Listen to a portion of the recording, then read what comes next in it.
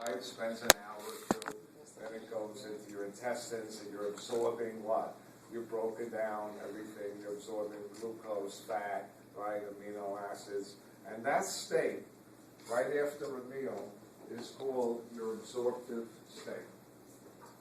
And you're in an absorptive state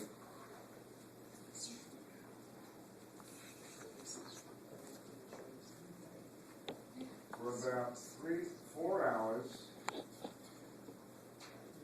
3 times a day. If you eat 3 minutes, that's 12 hours. And what about the other 12 hours? You're in what's called a what? Post-absorptive state. So what's happening in an absorptive state? Ready? In the absorptive state, you got lots of what? You got glucose, you got galactose, you got fructose, you got fat. What else you got? You got amino acid. So in the absorptive state, you're going to turn your galactose and glucose, fructose into glucose. Then, what are you going to do with the glucose? Some is going to be used for a lot, energy. Why a lot? Because this is good times.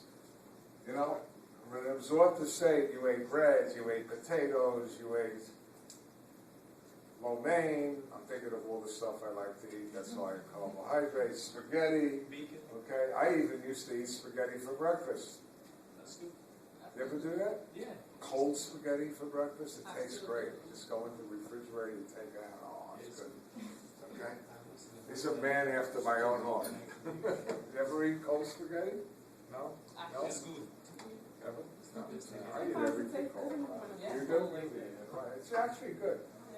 I've had it for breakfast. What the hell? It's meat. I got some meat sauce in there. I make that. That I make myself. But anyway, so you're going to use primarily glucose for energy. What are you going to do with your fat?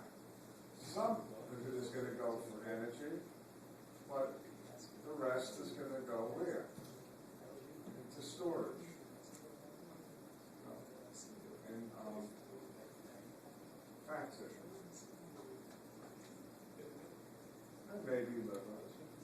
Animal. And what are you going to do with your amino acids?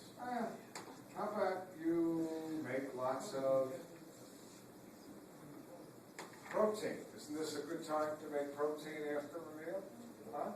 And what do you do with the other amino acids? Oh, if you eat too much, you can turn it into fat and send it into fat tissues. If you ate too much glucose, you may do the same. And that's your absorptive state. It's good times, isn't it?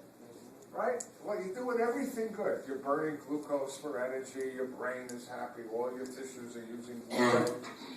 You're burning a little bit of fat for energy, but most of it you're storing or using for what? Repairs, like of cell membranes, right? So I should put for fat. You could even use some fat for repair.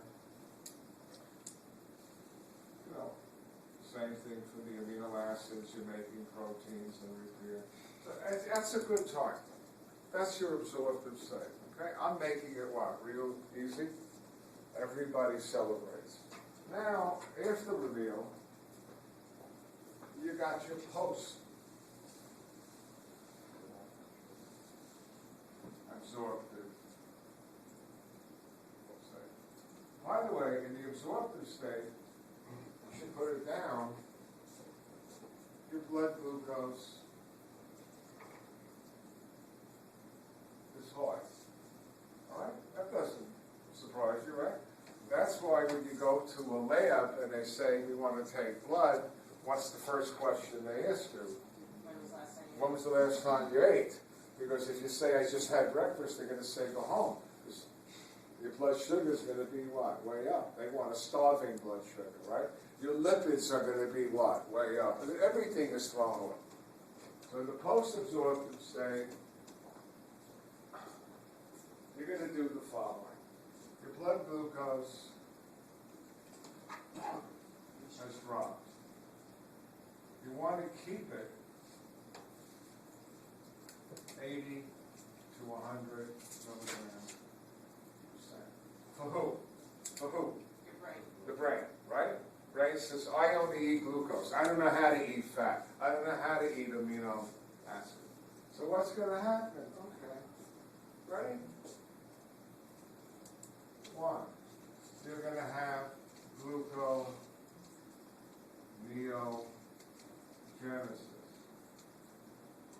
You're going to have glycogenolysis.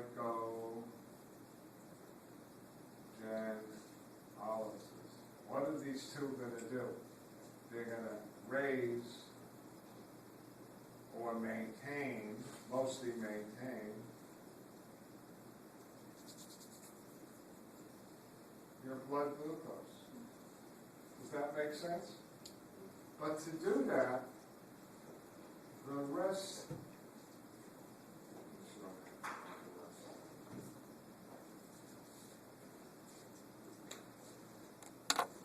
and glucose is used by neural tissue. You know, brain, cord, etc. The rest of your tissue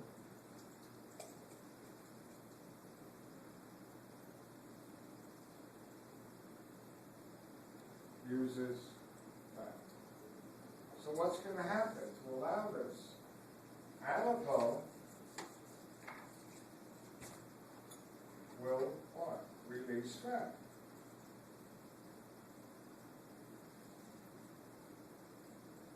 That makes sense?